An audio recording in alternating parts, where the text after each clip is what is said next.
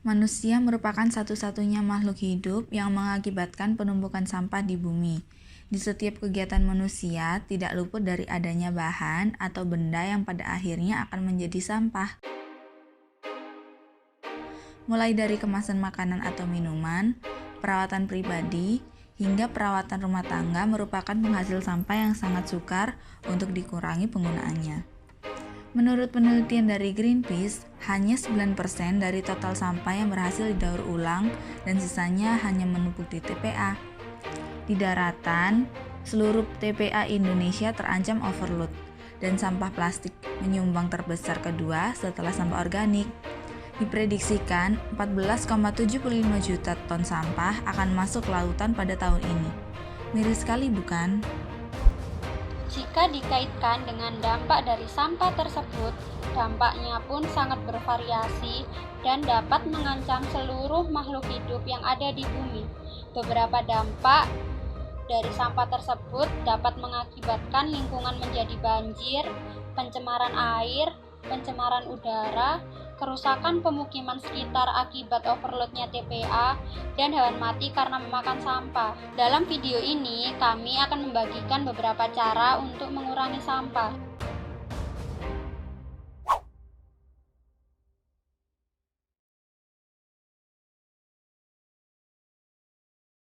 Setiap harinya, sampah organik dihasilkan dari kegiatan memasak. Menurut data dari SIPSN atau Sistem Informasi Pengolahan Sampah Indonesia, jumlah sampah rumah tangga mencapai 30% dari total sampah yang ada. Apalagi saat pandemik seperti ini, banyak orang menghabiskan waktunya di rumah saja dan kegiatan seperti memasak. Order makanan melalui aplikasi merupakan beberapa hal yang memicu meningkatnya sampah rumah tangga.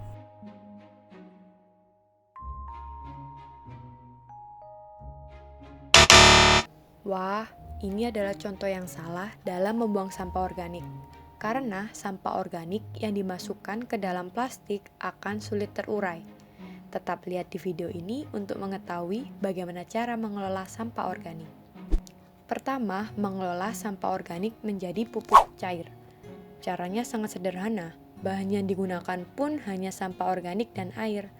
Dengan memasukkan sampah organik ke dalam wadah, kemudian menuangkan air hingga setengah bagian wadah dan tutup wadah tersebut.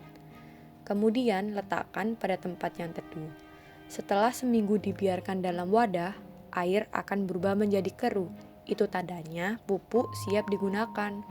Jangan lupa pindahkan air dalam wadah ke dalam botol agar mudah saat pengaplikasian pada tanaman. Penggunaan pupuk cair ini bisa digunakan setiap hari dengan cara menyiramkan pada sekeliling tanaman.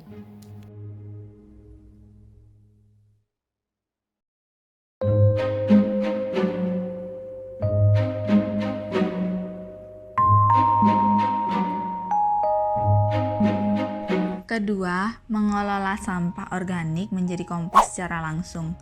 Sisa sampah rumah tangga bisa digunakan untuk menyuburkan tanaman. Langkahnya pun cukup praktis. Gali tanah di sekitar tanaman, kemudian masukkan sampah organik tersebut ke dalam tanah dan tutup kembali sampah organik dengan tanah agar sampah mudah terkomposkan.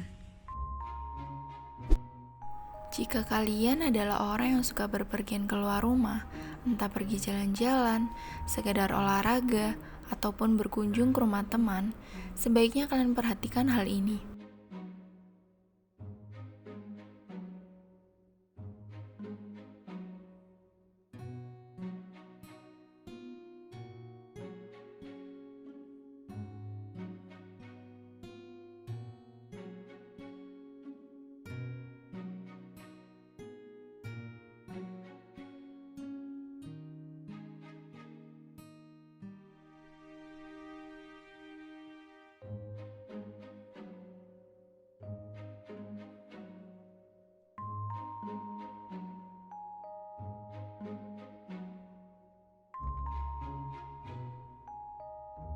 Masker yang kalian gunakan juga bisa menjadi tumpukan sampah, bahkan mengancam kehidupan makhluk lain.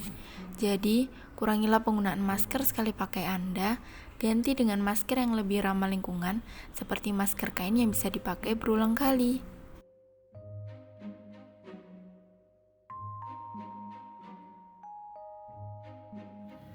Untuk kalian yang memakai masker sekali pakai, jangan lupa ya untuk memotong masker menjadi beberapa bagian kecil pada saat sebelum kalian membuang masker ke dalam tempat sampah.